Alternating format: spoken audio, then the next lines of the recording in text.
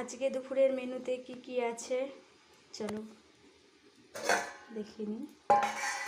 সবার ফার্স্টেই দেখো এখানে করেছি মাছের ঝোল, আলু দিয়ে মাছের ঝোল করেছি। এখানে করেছি মাছের তেলের চচ্চড়ি আলু বেগুন দিয়ে। এখানে করেছি নিম বেগুন ভাজা। এই ফাল্গুন চৈত্র মাসে না নিম বেগুন ভাজা খাওয়াটা খুব ভালো। তো কারা কারা এরকম নিম বেগুন ভাজা খাও বা ভালোবাসো কমেন্ট করে জানাবে। যেরকম এই ভাজাটা তোমাদের দাদা ভাই আর আমিই খাবো, আমার মেয়েও খাবে না, আমার শাশুড়ি মাও খাবে না। আর এই যে সাথে ভাত আর হচ্ছে চিকেন কষা।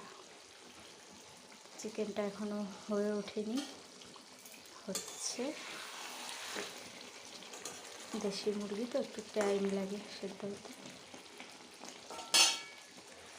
তো চিকেন হচ্ছে,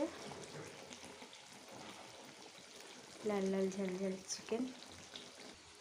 তো এই ছিল আজকের মেনু।